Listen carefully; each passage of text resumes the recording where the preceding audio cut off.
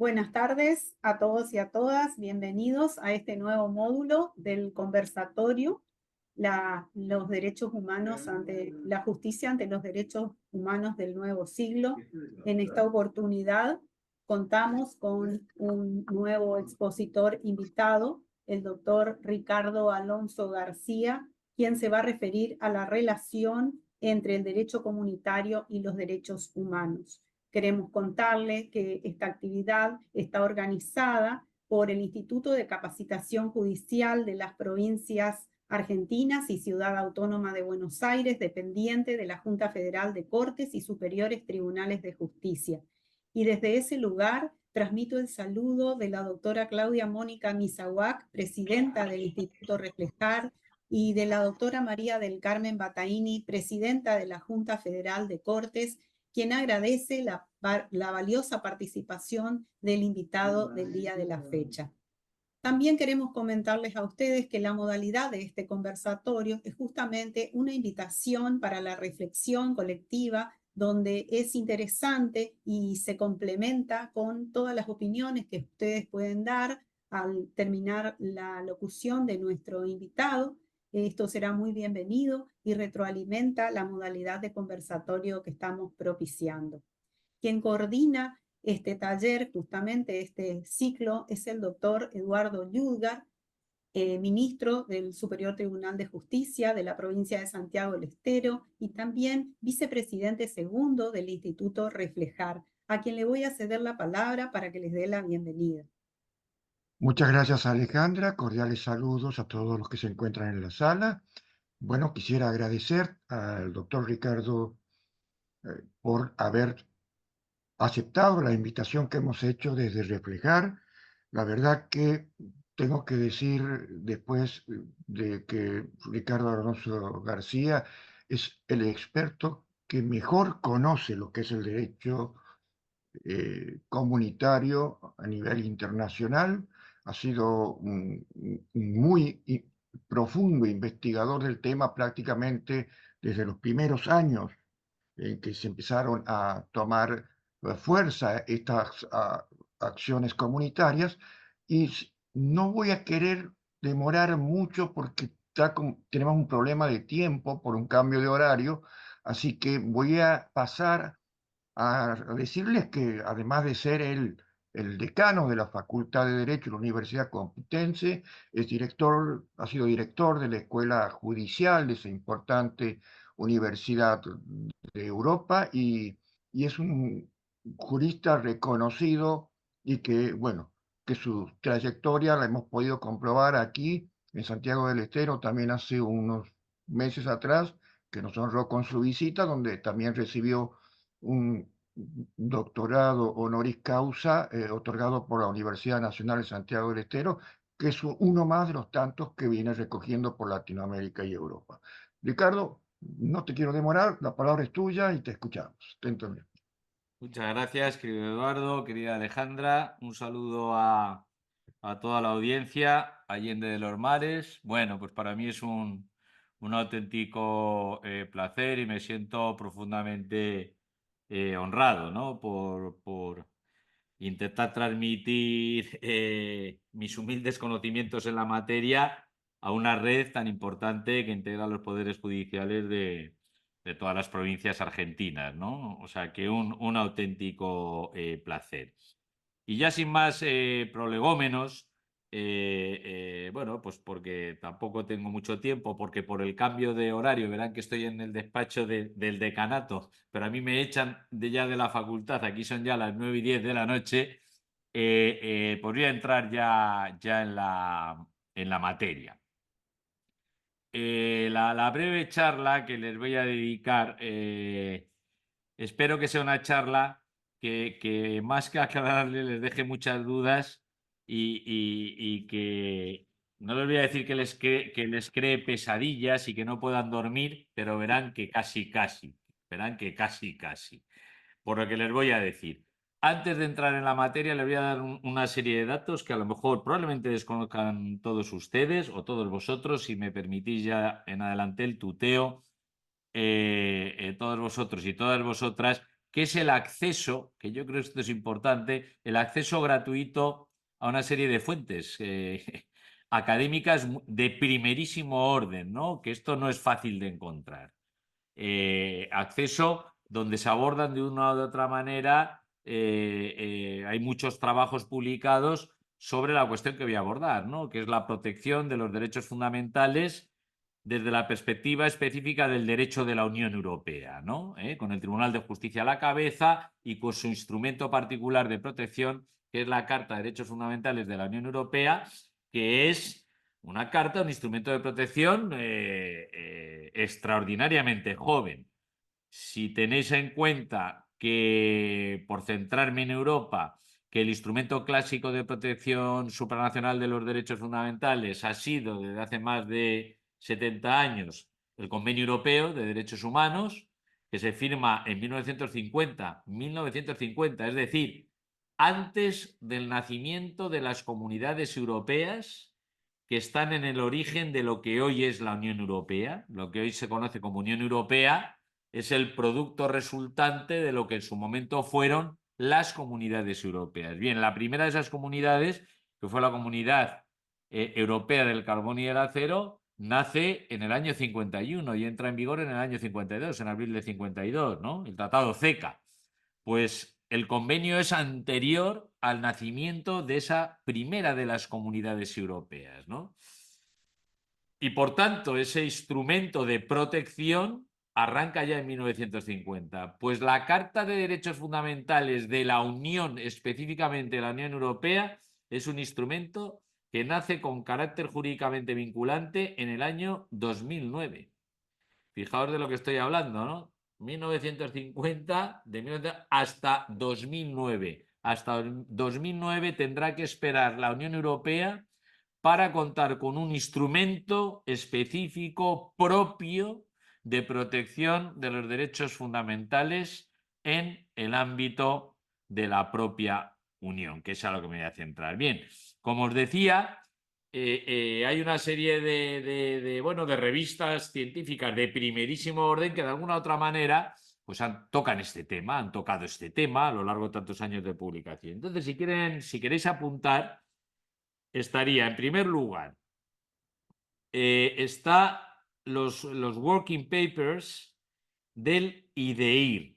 El acrónimo es IDEIR, Instituto de Derecho Europeo e Integración Regional, IDEIR. Ese es un instituto que se crea hace como unos 12 años en la Complutense, que dirigí yo durante 8 años antes de convertirme en decano de la facultad. Y ese instituto, que podéis acceder de una manera bien sencilla vía Google, IDEIR UCM, y ahí ya accedéis al instituto.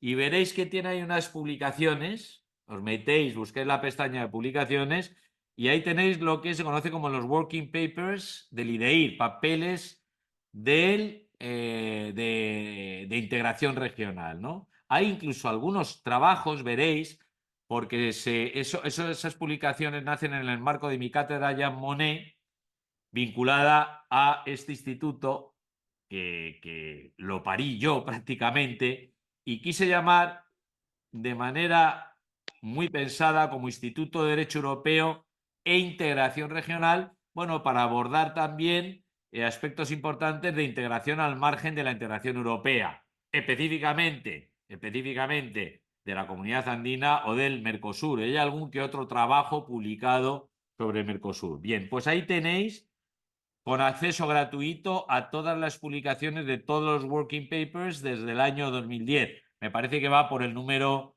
40, 42. Ahí tenéis un primer acceso gratuito. Segundo acceso también gratuito, que esto es importante, ¿no? Es la revista, la que se conoce como REDE, revista, el acrónimo REDE, Revista Española de Derecho Europeo, que se publicó durante muchos años. Esta revista, que codirijo yo con otro par de catedráticos, esta revista también la parí yo con Civitas, que os sonará, la editorial Civitas Aranzadi, en el año 2000, pero hace como 4 o 5 años la saqué ya de Civitas y en la actualidad la publica, sigue la publicación, Marcial Pons, que os sonará también, que es una editorial jurídica muy importante, española, y ahí si os metéis en Google y ponéis Revista Española de Derecho Europeo Marcial Pons, os saldrá la red. Bueno, pues tenéis acceso gratuito a todos los números de la Revista Española de Derecho Europeo, menos a los del último año. Los del último año solo tienen acceso por pago, solo se tiene acceso por pago. Se pueden pagar artículos específicos, ¿no? Pero vamos, para que entendáis el sistema de la revista, funciona por pago los 2 últimos años y todos los anteriores son gratis, se van liberalizando a medida que avanzan los años, ¿no? Bueno, pues ahí tenéis desde el año 2000 hasta el año 2021-2022, toda una revista, la revista además es trimestral, o sea que tenéis 4 números al año, una revista específicamente dedicada a esto, ¿no? Y la última revista que os destacaría es la revista de Derecho Comunitario Europeo, editada por el Centro de Estudios Políticos y Constitucionales de España. Si os metéis en la página web del Centro de Estudios Políticos y Constitucionales, ahí, esta es una página yo creo que importantísima para vosotros. Tenéis en abierto, esto es una decisión que se tomó hace un par de años, todas las revistas editadas por el centro. Y ese centro, que es uno de los centros de mayor excelencia públicos que hay en este país, Centro de Estudios Políticos y Constitucionales, edita varias revistas, pero entre ellas 3 que destacan mucho, que son la Revista de Administración Pública, 1, 2, la Revista Española de Derecho Constitucional, 2, y 3, la que os mencionaba, la Revista de Derecho Comunitario Europeo. Y esas son de acceso gratuito desde el primero hasta el número que se acaba de editar, Y ahí también se publican muchos trabajos dedicados a esto que voy a abordar, ¿no? Bueno, pues ahí tenéis las principales fuentes académicas que podéis manejar para todo este tema. En cuanto a las fuentes, por así decirlo, normativas y jurisprudenciales, tenéis también en abierto, para mí, la mejor página que existe en el mundo de un tribunal. Mucho mejor todavía que del Tribunal Europeo de Derechos Humanos, que es la página del Tribunal de Justicia de la Unión Europea. Es una página absolutamente excelente, con una base de datos absolutamente increíble, que recoge toda la jurisprudencia del Tribunal de Justicia de la Unión, desde los orígenes a la actualidad. Es una página increíble, no solo supera como base de datos con mucho a la del Tribunal Europeo de Derechos Humanos, sino que además la del Tribunal Europeo de Derechos Humanos, bueno, tiene una deficiencia importante. Y es que, como sabéis, y si no lo sabéis, os lo digo ya ahora, el Tribunal Europeo de Derechos Humanos solo publica oficialmente en inglés y francés e inglés, se acabó. Mientras que el Tribunal de Justicia de la Unión publica todas las sentencias con carácter oficial en 23 idiomas, incluido, como es lógico, el español, ¿no? Bueno, pues esa página del tribunal es una página absolutamente increíble, donde tenéis acceso a toda la jurisprudencia, amén de toda la normativa que se refiere procedimental y estructural que se refiere al propio Tribunal de Justicia. La página es curia.eu, curia.eu de Europa, ¿no? Y si pincháis ahí, veréis que lo primero que os sale en la página del tribunal, con todas las lenguas oficiales. La segunda, empezando por la izquierda, veréis que es el español, pincháis ahí y ya tenéis acceso a esa base de datos del Tribunal de Justicia con toda su jurisprudencia en abierto. Y como fuente normativa, la principal fuente normativa en materia de derechos fundamentales de la Unión, que es de lo que voy a hablar ahora, es la Carta de Derechos Fundamentales de la Unión. Eso no tiene mayor historia. Uno se mete en Google, teclea Carta de Derechos Fundamentales de la Unión Europea y ahí tiene el texto de la Carta de Derechos Fundamentales de la Unión Europea. Ojo, que hay 2 versiones, versión del año 2000, versión posterior del año 2007 que actualiza la versión del año 2000. Iros a la última versión. ¿Por qué acabo de referirme a la primera versión de la carta del año 2000 cuando antes os he mencionado que esa carta nace en el año 2009 con carácter jurídico vinculante? Por la sencilla razón de que en el año 2000 lo que nació fue una carta, que así se llamó, de derechos fundamentales de la Unión Europea, pero que fue un instrumento que se limitó a ser proclamado en términos políticos por el aparato político de la Unión, es decir, por la Comisión Europea, el Consejo de la Unión y el Parlamento Europeo. Esas tres instituciones se reúnen, trabajan sobre la carta y deciden el 7 de diciembre del año 2000 adoptar esa carta. ¿De acuerdo? Pero la adoptaron las instituciones políticas de la Unión. 3 días después, 3-4 días después, el 10-11 de diciembre, se cierran las negociaciones del Tratado de Niza, que fue un tratado más de reforma de los tratados comunitarios de los años 50. ¿Qué pudieron hacer entonces los estados? Coger esa carta que acababan de adoptar el aparato político de la Unión e incorporarla como parte integrante del articulado de los tratados, ¿de acuerdo? Tomo la carta y la incorporo como parte de los tratados. Pero los estados no quisieron hacer eso. No quisieron hacer eso y no incorporaron esa carta a los tratados. Con lo cual, tenemos una carta que durante casi 10 años, hasta 9 años exactamente, hasta el 13 de diciembre del año 2009, que entra en vigor, el 1 de diciembre del año 2009, que entra en vigor el último de los tratados de reforma, que es el Tratado de Lisboa. Durante esos 9 años, esa carta fue un instrumento jurídico, político jurídico, que no tenía naturaleza vinculante porque no se incorporó al tratado y por tanto no tenía el valor del tratado, y que fue un instrumento utilizado como herramienta hermenéutica, subrayo esto, como pura herramienta hermenéutica por los operadores jurídicos de la Unión y de los Estados miembros al manejar temas de derechos fundamentales. Pero no se trataba de un instrumento directamente aplicable. Y voy a contextualizar todavía más esto. Bueno, ya adelante.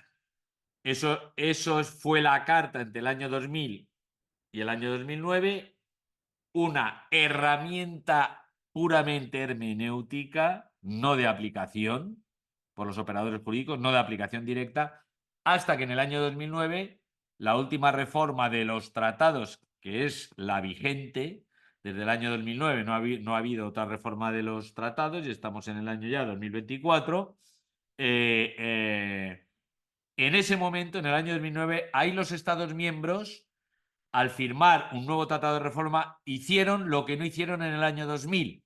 Es decir, en el año 2009 tomaron esa carta proclamada políticamente por la Comisión, por el Consejo y por el Parlamento en el año 2000, tomaron ese instrumento y lo incorporaron a los tratados, dotando por tanto a la Carta a partir de ese momento de fuerza jurídica vinculante a todos los efectos. Creo que esto queda claro. Luego, a partir del año 2009, la Carta de Derechos Fundamentales es un instrumento jurídicamente vinculante. Bien. Segunda aclaración importante. ¿A quién vincula esa carta? Es un instrumento jurídicamente vinculante. ¿Pero a quién vincula? A los poderes públicos, claro. Como todas las cartas de los derechos fundamentales. A los poderes públicos de entrada. Luego está el tema de la aplicación horizontal de la carta, como otros catálogos, a los sujetos privados. Pero en todo caso es un instrumento que vincula a los poderes públicos de entrada. ¿Pero a qué poderes públicos? Claro, porque la Carta es la Carta de los Derechos Fundamentales de la Unión Europea. Así se llama, Carta de los Derechos Fundamentales de la Unión Europea. ¿A quién vincula esa carta? En primer lugar y sobre todo, al aparato político de la Unión Europea.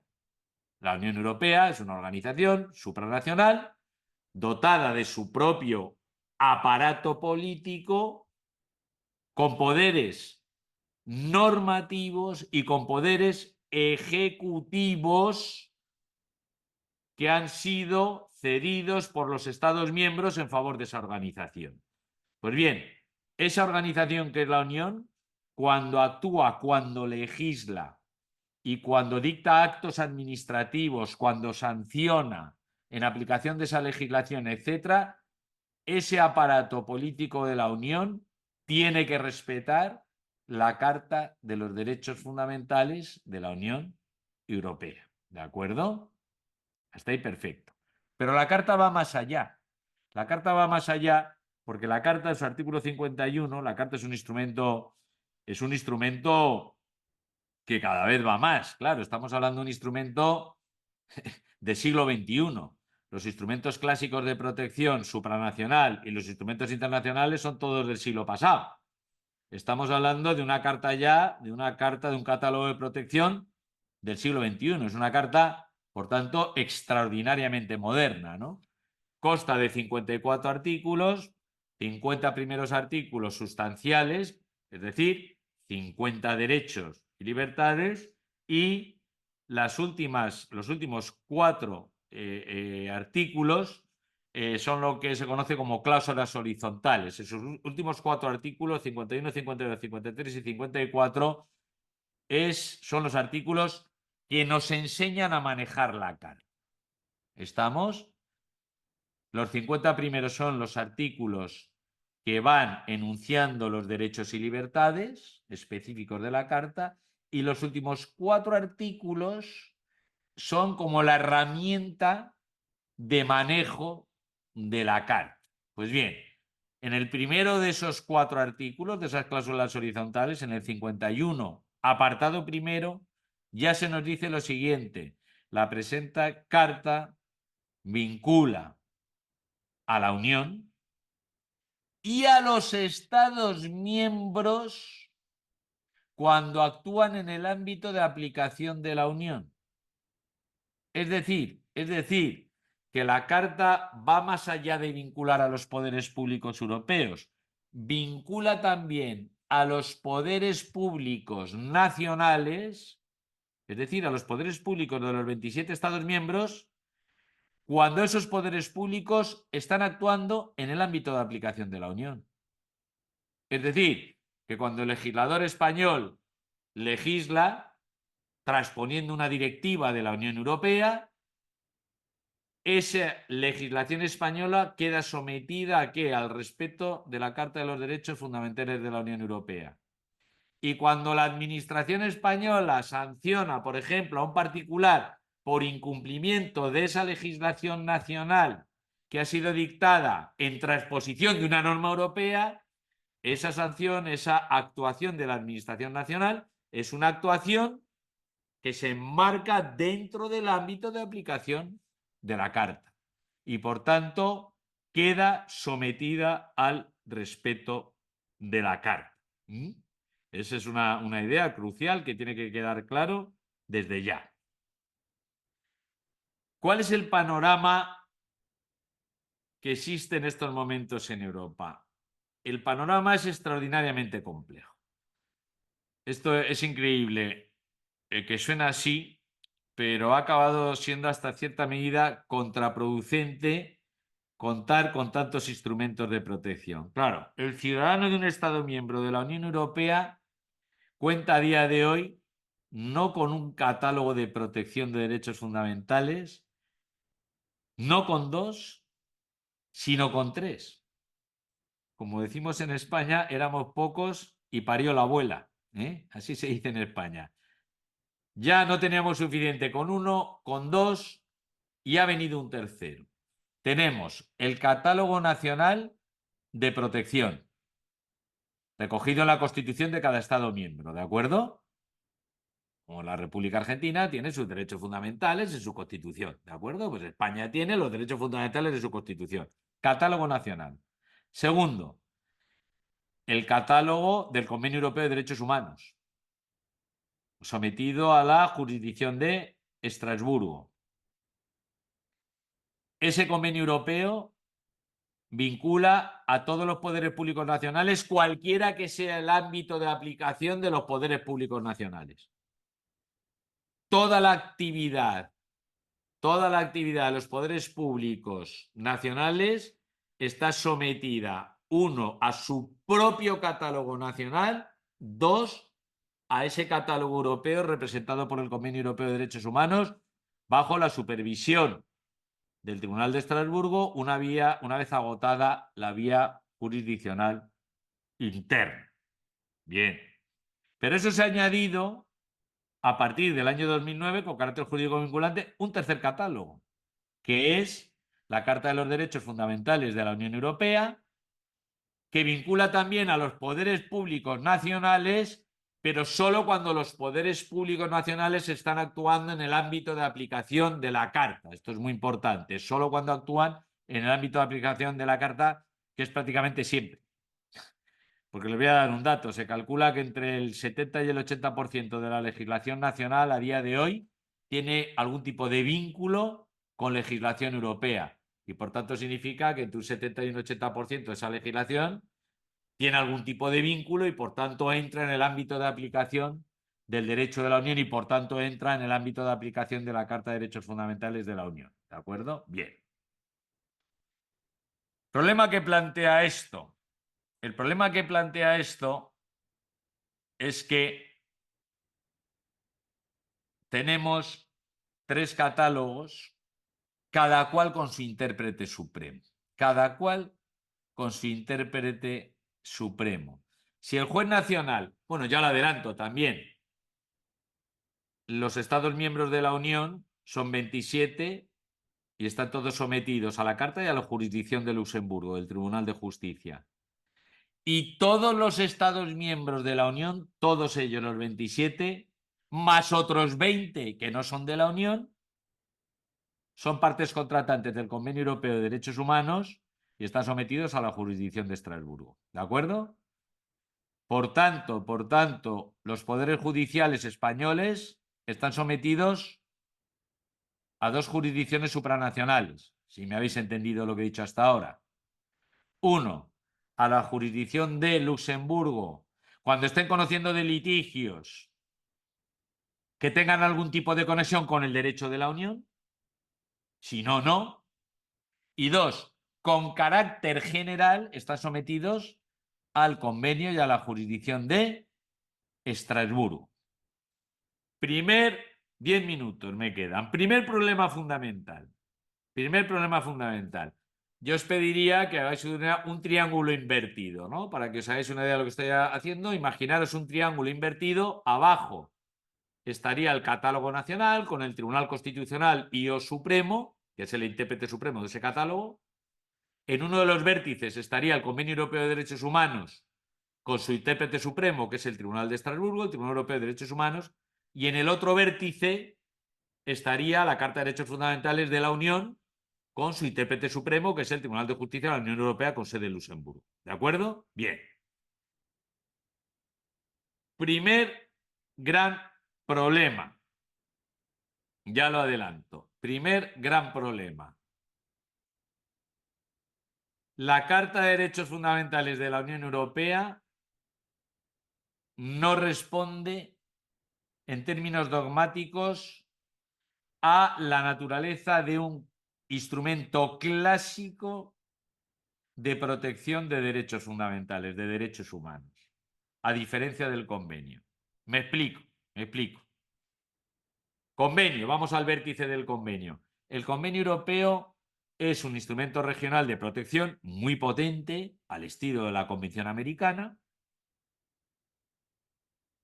que responden la Convención y el convenio, como otros instrumentos internacionales de protección de los derechos fundamentales, de los derechos humanos, responden a la idea de la subsidiariedad, a la idea de la subsidiariedad, o lo que es igual, del estándar mínimo de protección. Esto es igual el convenio y la Convención Americana. Con otras palabras, en la medida en que el catálogo nacional proteja a los ciudadanos de manera suficiente, nunca van a entrar en juego los instrumentos internacionales de protección. Nunca. Nunca. Si la Constitución argentina protege de manera suficiente, nunca va a entrar en juego la Convención. Así de sencillo. Nunca va a entrar en juego como herramienta de protección directamente la Convención. Más allá de que por la apertura a la Constitución argentina como la española se utilicen las herramientas internacionales como instrumentos de aplicación. Pero la aplicación directa de la Convención bajo el control de la Corte Interamericana solo entra en juego ¿cuándo? Cuando el Poder Judicial argentino no ha protegido de manera suficiente, conforme a los parámetros internos, al ciudadano. Y entonces ahí es cuando entra con carácter subsidiario la convención con la Corte. Y el sistema de Estrasburgo es igual.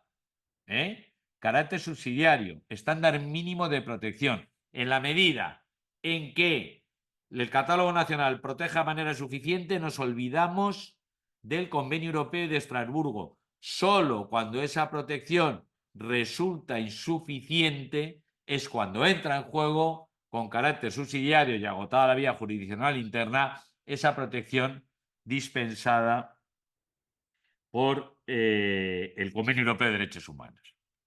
Hasta ahí ningún problema. Ningún problema. Estrasburgo condena a España y España tiene que ejecutar esa condena.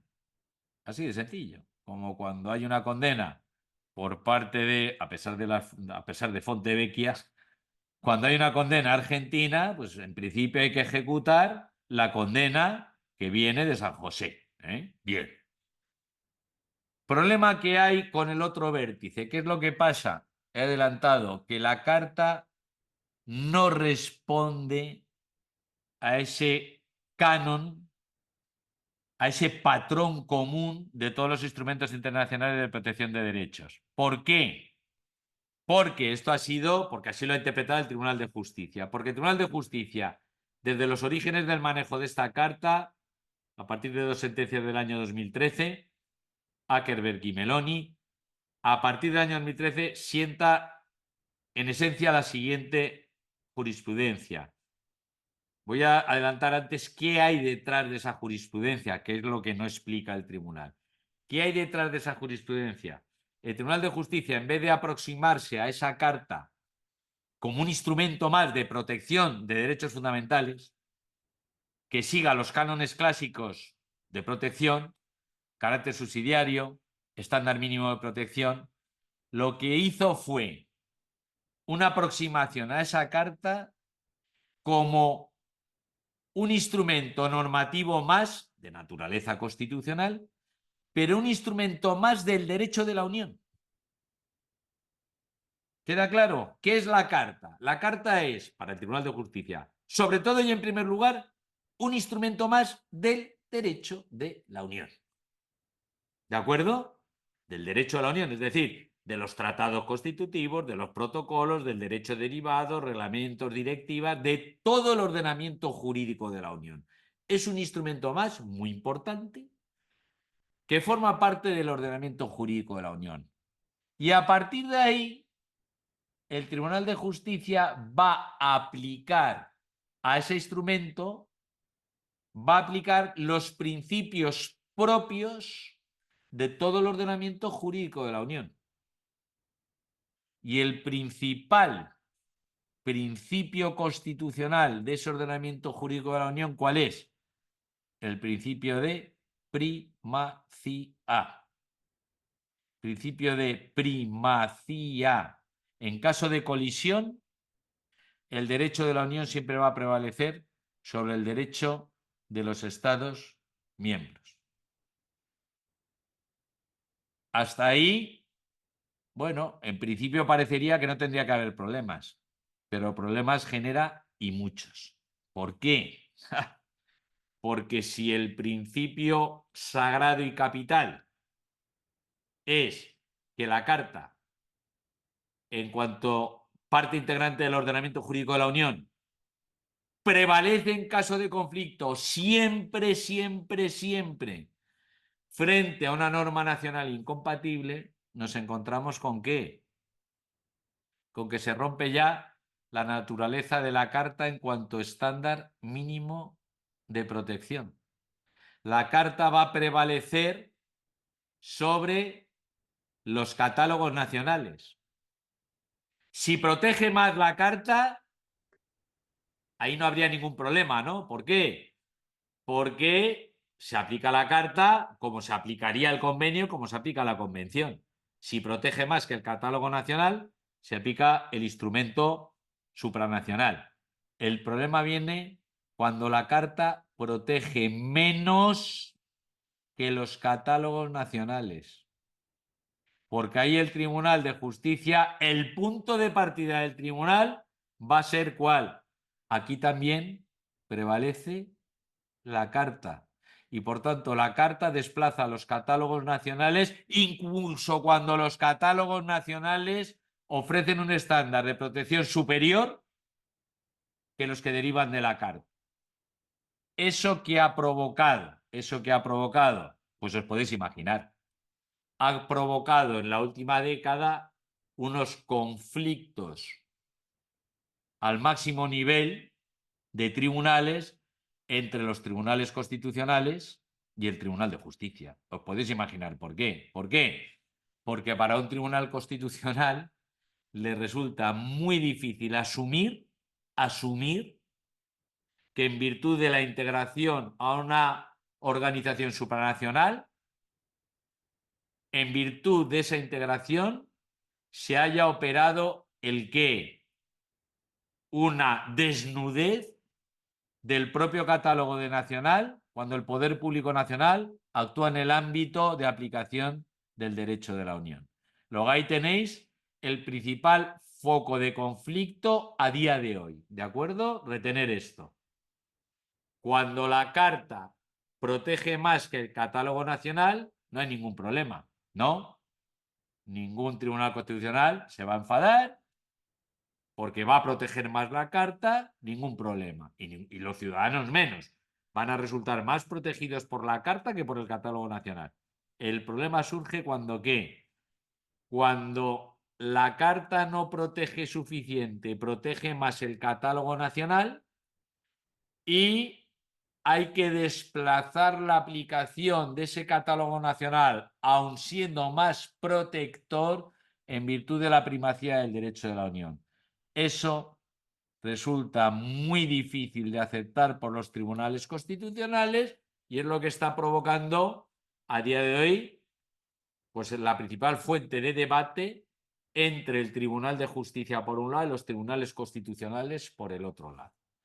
Y segundo punto de conflicto, luego veis, si vais al vértice, tenemos el vértice de abajo en relación con el convenio, en principio no plantea mayores problemas, pero sí que los plantea con la Carta, por eso que os acabo de explicar, ¿de acuerdo? Ese es el principal foco de conflicto.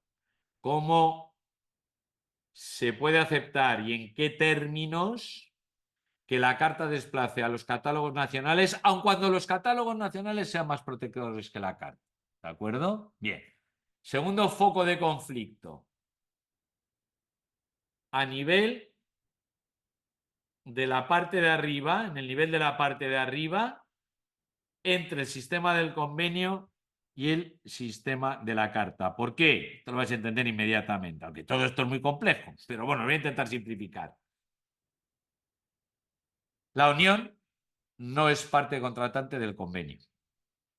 Pudo serlo.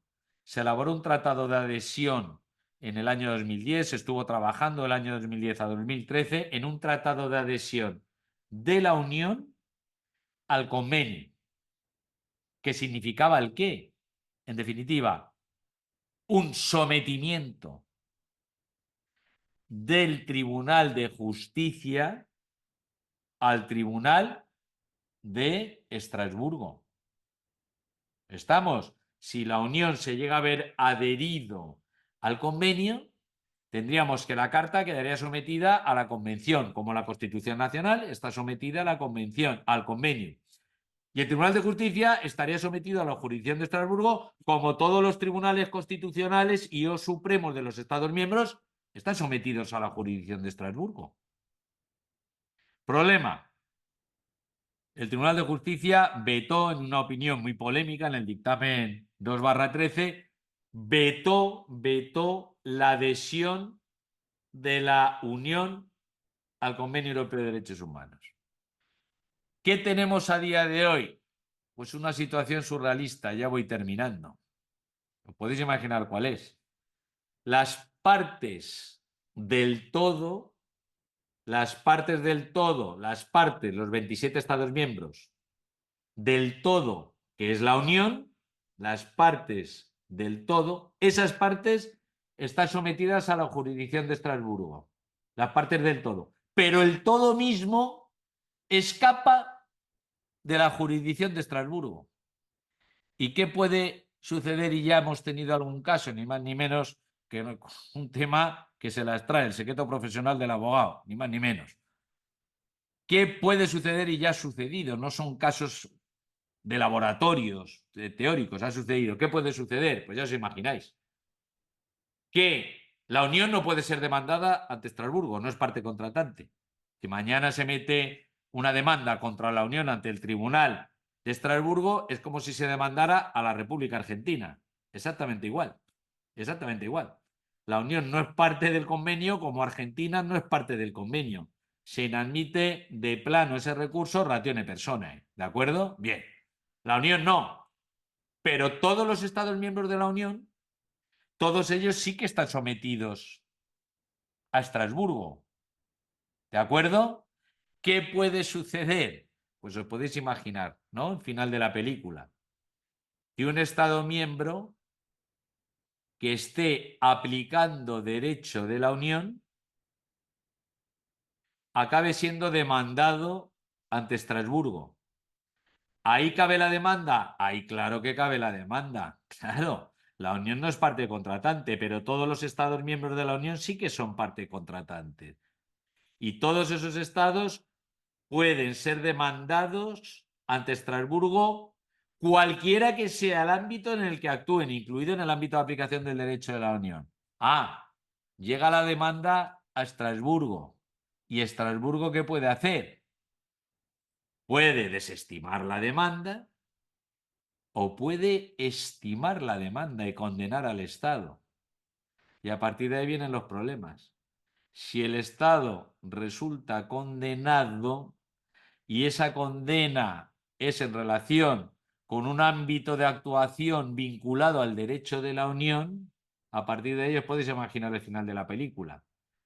Si el Estado miembro tenía margen de maniobra al transponer el derecho de la Unión, bueno, pues ahí sí que puede haber una condena al margen del derecho de la Unión.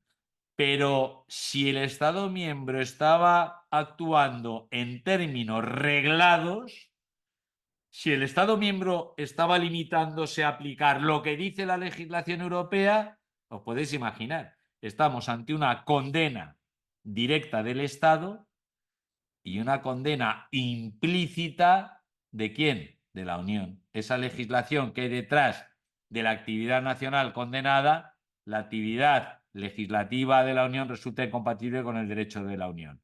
Perdón, con el convenio. Y a partir de ahí se provoca una situación que es absolutamente insostenible desde el punto de vista jurídico. Absolutamente insostenible. Porque a partir de ahí se le pone a ese Estado miembro no ante una encrucijada siquiera, ante un dilema, que es una de dos. O ejecuto la sentencia de Estrasburgo y a partir de ese momento me coloco en una situación de infracción del derecho de la Unión, o viceversa. Me amparo en que soy parte contratante del derecho de la Unión para no ejecutar la sentencia de Estrasburgo, diciendo que soy tan parte contratante del sistema del convenio como parte contratante del sistema de la Unión. Por tanto, eso es una situación absolutamente insatisfactoria. A esa situación solo se le puede poner fin, y todavía se sigue trabajando sobre ello, a través de una adhesión de la Unión al convenio, que es lo que se ha vuelto a negociar. Se está negociando en estos momentos, bueno, pues un nuevo tratado de adhesión de la Unión al convenio, y es la única manera de solucionar ese problema. Y el otro problema, ¿cómo se puede solucionar? Pues a través de un diálogo judicial entre los tribunales constitucionales y el Tribunal de Justicia, intentando convencer al Tribunal de Justicia que se mueva a la hora de leer la carta conforme a estándares de protección muy elevados. Porque si tú te mueves con estándares elevados, nunca te van a contraponer un estándar nacional. El problema viene cuando ¿qué? Cuando tú bajas el estándar y te viene un catálogo nacional con un tribunal constitucional a la cabeza con un estándar superior de protección. Pues esto es todo, queridos amigos y amigas, del otro lado allende los mares, y espero no haberos aburrido. Querido Eduardo, querida Alejandra, esto es todo lo que os quería contar, ¿eh? Bueno, Ricardo, excelente, muy clara como siempre tu explicación, a pesar del poco tiempo que hemos tenido, pero ha quedado demasiado claro. No te quiero demorar más porque sé que te van a dejar encerrado ahí en la universidad. Me voy a Así, quedar a dormir aquí en el despacho. así que, bueno, te dispensamos. Sí. Tengo un buen sofá para dormir. Veis que es un despacho muy lustre. Lo que no tengo es comida para cenar, o sea que me tengo que ir.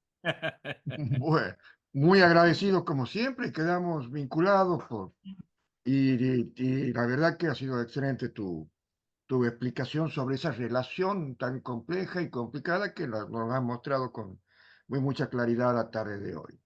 Pues Te dejamos en total libertad y muy agradecido. muchísimas gracias. Un abrazo de todo corazón. Espero que os haya resultado útil la charla y manejar las fuentes gratuitas que os he puesto a vuestra disposición. Que eso sí que es gratis, y las cosas gratis hay que utilizarlas bien, La ¿vale? vamos a difundir, la Yes. vamos a Un difundir. abrazo muy Gracias. fuerte a todos, ¿eh? Y a todas desde Madrid, España. Un abrazo, cuidaros mucho. Hasta luego. Muchas Un abrazo. gracias, doctor. Agradecemos mucho y continuamos con nuestra audiencia, con este conversatorio que dirige, como dijimos, el doctor Eduardo Yudgar. Estamos a disposición, escuchando, para hablar un poquito más de lo que es el derecho comunitario y los derechos humanos. Pueden hacer las preguntas directamente o también pueden dejárnosla en el chat, que estamos abiertos a responderla. También pueden no ser preguntas, simplemente comentarios, opiniones que deseen compartir en este espacio. Agradeciendo desde ya la numerosa presencia de los participantes en el día de la fecha, y también aprovechando la oportunidad para anunciarles que estos conversatorios se hacen una vez al mes. Tendremos el próximo en el mes de mayo. Prontamente vamos a estar haciendo la difusión, y el tema va a ser el recurso de apelación y el recurso de casación en contexto de la europeización de las sanciones administrativas. Doctor Yudgar, si usted quisiera aportar al conversatorio. Bueno, simplemente, lamentablemente no podía quedar más porque tuvimos el problema del cambio de horario en España y bueno, él iba a arrancar a las 8 de la noche y terminó arrancando a las 9 con el cambio de horario y eso acortó los tiempos. Pero interesante lo que nos contaba Ricardo Alonso García, en ese círculo vicioso que habiendo dos tribunales con distintos sistemas, uno de prioridad y el otro de estándar mínimo, puede generar que el país quede entrampado, ¿no? Si cumplo con uno, quedo en falta con el otro y viceversa, y no hay salida. Y eso es lo que están muy preocupados hoy los europeos. Pero evidentemente el tema del Tribunal de la Unión Europea, el Tribunal de Luxemburgo, es de un poder prácticamente de que no tiene techo. Sea su estándar de protección mayor o menor al que puede tener el derecho doméstico, siempre va a prevalecer el estándar de la Unión Europea, de la Carta de Derechos de la Unión Europea. Por el contrario, como bien lo explicaba Ricardo, el Tribunal de Estrasburgo, que es el que aplica el Convenio Europeo de Derechos Humanos, que queda en la ciudad de Francia, Estrasburgo, el otro queda en Luxemburgo, ese sí actúan con estándares, como explicaban en la clase pasada los colegas colombianos en el control de convencionalidad, el doctor Santofimio Gamboa con Andrés Briceño, que es de mínimos, es decir, si el estándar nacional es más favorable que puede, del mínimo que impone el estándar interamericano, sería en el caso nuestro, o del convenio europeo del Tribunal de Estrasburgo, se aplica el derecho nacional. Porque no entra a jugar la subsidiariedad, porque la subsidiariedad es cuando la protección nacional baja ese mínimo que establece el estándar internacional. Esa es, digamos, la típica mecánica que tienen los sistemas de protección de tribunales de derechos humanos. Diferente al de la Unión Europea, porque definitivamente habría que poner entre comillas si es un sistema de protección o no. Va a ser en protección como siempre y cuando el estándar de la Unión sea más alto en protección de esos derechos. Y si no lo es, va a ser más bien un estándar de desprotección, ¿no? Así nos parece. No sé si alguien quiere opinar, quieren hacer un pequeño intercambio de opiniones, estamos abiertos para escucharlo. Sí, ¿qué tal, doctor? ¿Cómo le va? ¿Qué tal? Buenas tardes a todos y todas.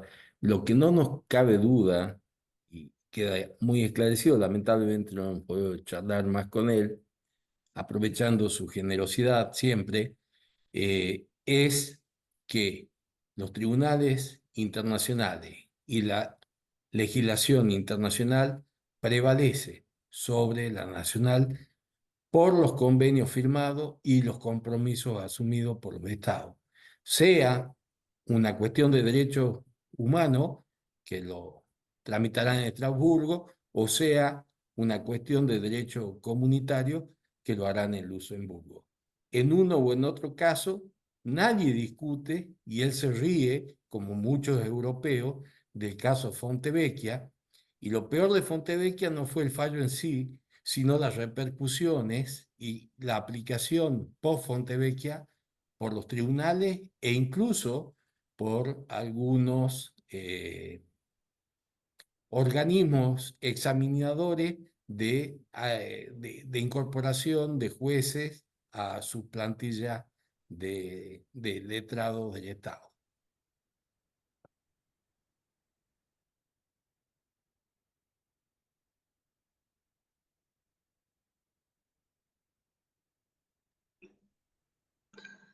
Buenas tardes. No sé si me escuchan, Alejandra. Perfectamente, perfectamente. ¿Qué tal, doctor Luzgar? ¿Cómo está? Buenas tardes a todos.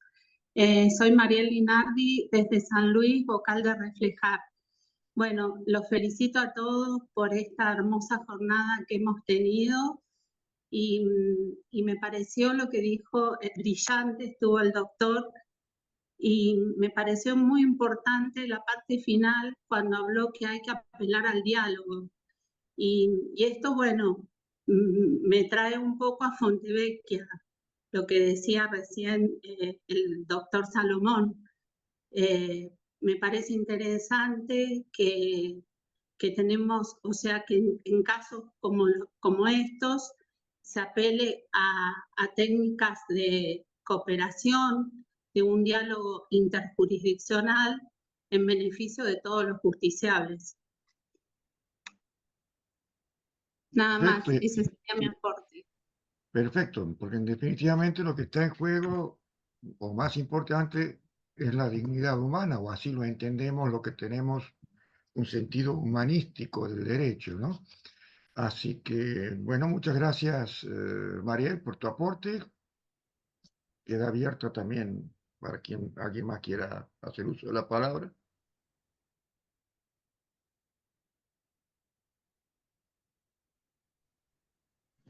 A mí me gustaría hacer una consulta que me ha quedado de lo que se ha expuesto. Está claro que hay diferencias de criterio y conflictos. Me he quedado pensando entre casos concretos que ha referido, cómo se ha ido resolviendo esto. En cuanto a la aplicación del Estado cuando le llega una sentencia que por ahí es contra sus propias potestades, digamos. Y en Bueno, Europa, digamos, aquí ha pasado en Fontería, ya sabemos qué, pero en Europa, ¿cómo se ha ido viendo eso? eh, yo por lo que conozco, tiene mucho más poder de cumplimiento a las decisiones del Tribunal de la Comunitario, del Tribunal de la Unión Europea. No hay casi resistencia a las decisiones que toma el Tribunal de la Unión Europea. Sí lo hay, por el contrario, pese a que no es tan exigente en cuanto a la prevalencia sobre el derecho nacional respecto a las decisiones del Tribunal de Estrasburgo. Y eso quizás es porque el Tribunal de Estrasburgo nace creado por el Convenio Europeo de Derechos Humanos, que es aprobado en Roma en 1950, a pocos años de la finalización de las guerras mundiales en Europa, en donde había mucha desconfianza entre todos los países. Estaba la Guerra Fría ya lanzada, los rencores que dejó la guerra. Acuérdense en que Italia integraba el eje con Alemania y Japón, de fascistas y de nazis, y el resto del país, del continente peleaban contra esos sistemas. Entonces era una geografía muy complicada y la necesidad de proteger la dignidad humana, de evitar que vuelva a haber esas atrocidades que habían vivido, más el fuerte aporte que ya venía haciendo Naciones Unidas con la Declaración de los Derechos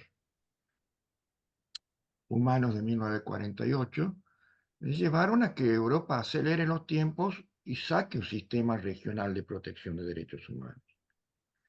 Pero no iba a ser fácil que los países acepten que un derecho extranacional pueda prevalecer sobre el sistema nacional. Por eso, la misma Corte Europea de Derechos Humanos creó la teoría del margen de apreciación nacional en ese sistema. Ella misma estableció y ella misma puso los límites que después, por eso muchos países hacían reservas respecto a sus decisiones diciendo, no, porque aplicando tu doctrina, yo puedo aquí hacer estas consideraciones que tengo mayor capacidad de visión, e incluso era muy respetuoso el Tribunal Europeo en cuanto a penetrar en los fallos de condena. Y eso se nota mucho en sus sentencias. Sentencias en donde en muchos casos no interviene y además hicieron un sistema en que había recursos. Hoy el Tribunal Europeo de Derechos Humanos tienen las salas, un tribunal muy grande, porque tienen también los recursos para mantener un tribunal de ese tipo, donde las sentencias que dictan las salas comunes pueden ser apeladas ante la gran sala, cosa que no pasa en el sistema interamericano. Las decisiones de la Corte son inapelables, a lo sumo se podrán presentar recursos para que se saque una sentencia de interpretación, pero después no hay un tribunal que pueda revisar lo que decide como última palabra en cuanto a la aplicación de los convenios de derechos humanos de OEA. Entonces, quizás eso ya lo hizo nacer como un tribunal un poco debilitado. Y como están diciendo ahora, pero sí, es un problema que no están pudiendo zanjarlo. Porque, ¿qué pasa? Yo me presento ante la justicia de España, vamos a suponer, soy un ciudadano español, y el Tribunal Constitucional me va a decir, mire, la verdad que aquí habría que proteger sus derechos, pero hay un dispositivo de la Unión Europea que dice que no, que en esas cuestiones no corresponde que se lo proteja. Y me desestiman mi petición de protección de un derecho fundamental.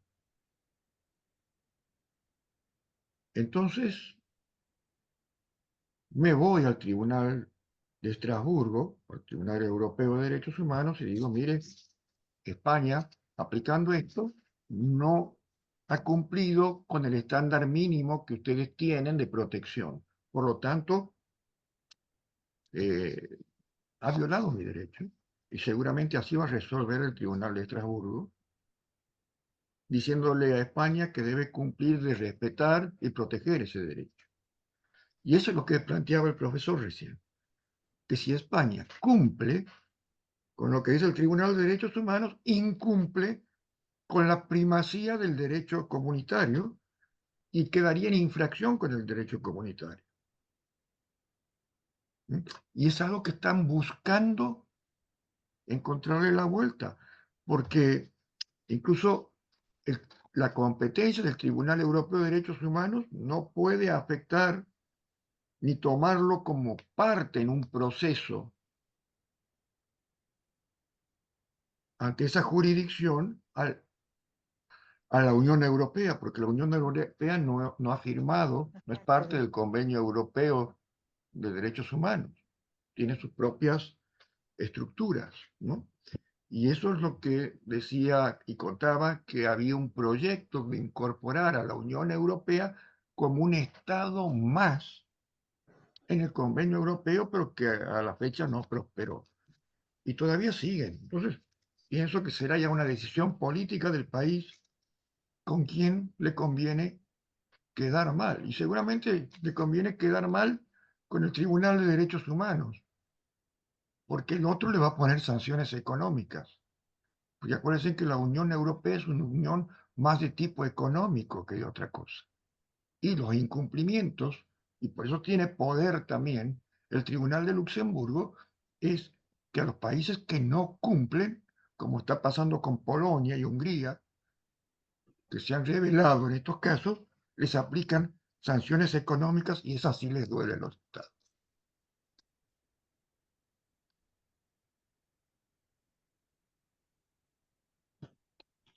O sea, no hay una respuesta todavía definitiva. Todavía concreta no, pero hasta ahora las definiciones siempre se han inclinado a favor del Tribunal Comunitario. Cumplir con, con lo que manda el derecho comunitario. Por ese tipo, por temor a esas sanciones económicas que les digo.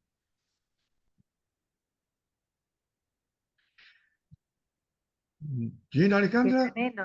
Qué tremendo porque quedan Y sí, derechos humanos esenciales, porque por eso estarían reconocidos por el Tribunal de y Derechos bueno, Humanos, la violados teoría totalmente por un...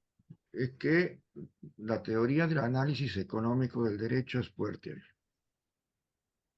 Así que veremos cómo evoluciona, estaremos atentos ahora con la información que tenemos como para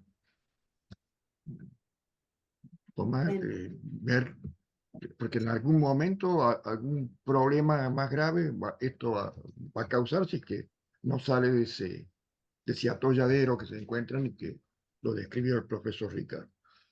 Bien, Alejandro, te devuelvo la palabra, no sé si no hay más. Bien, doctor, tenemos acá una pregunta que nos han dejado en el chat Gabriela Palini, que pregunta, ¿vale decir que en casos de disidencia no opera el principio de progresividad y, perdón, de no regresividad? No, porque son dos órdenes distintos. Exacto. Y eso será Así. política de cada país y que queda en esa encrucijada de decidir, ¿no? Y como les digo, lamentablemente el poder económico a veces hace que la elección sea la menos favorable a la protección. Bien, doctor, creo que no hay más preguntas, que ha sido una tarde muy, muy valiosa en el intercambio y valorar nuevamente esta instancia de capacitación como para reivindicar la labor de los operadores jurídicos en torno a los derechos humanos, este sistema que mucho más allá de quedar encorsetado en niveles nacionales, hoy tiene una proyección, un marco de protección internacional del que nos ha sabido ilustrar el expositor invitado, seguir pensando siempre en macro en lo que hace a los derechos humanos, en la comunidad jurídica, es un tema que siempre nos mueve a la reflexión y al intercambio. Así que cerramos esta tarde y agradecemos la participación de cada uno de ustedes. Como decíamos, los esperamos para el nuevo módulo durante el mes que viene. Muchas gracias a todos. Antes de terminar, Sí, me gustaría hacer perdón, una pequeña reflexión final de que perdón. nosotros podríamos haber tenido el mismo problema si es que realmente se hubiera organizado bien también el sistema del Mercosur, que también tiene su tribunal comunitario, pero que prácticamente, como el Parlamento del Mercosur, muy poco ha generado y no tiene catálogos vinculados a derechos fundamentales como sí tiene la Unión Europea, ¿no? En donde se produce esa puja de tensión. No sé qué pasará con el futuro del Mercosur, que está muy debilitado ahora, pero es importante para el desarrollo económico, con el derecho comunitario, pero puede dar también estas cuestiones. Además que no tiene el mismo diseño el Mercosur que la comunidad, que la Unión Europea, ¿no? Esa era la única acotación que me faltaba hacer. Así que me despido y que tengan muy buenas tardes y gracias por acompañarnos en estos conversatorios.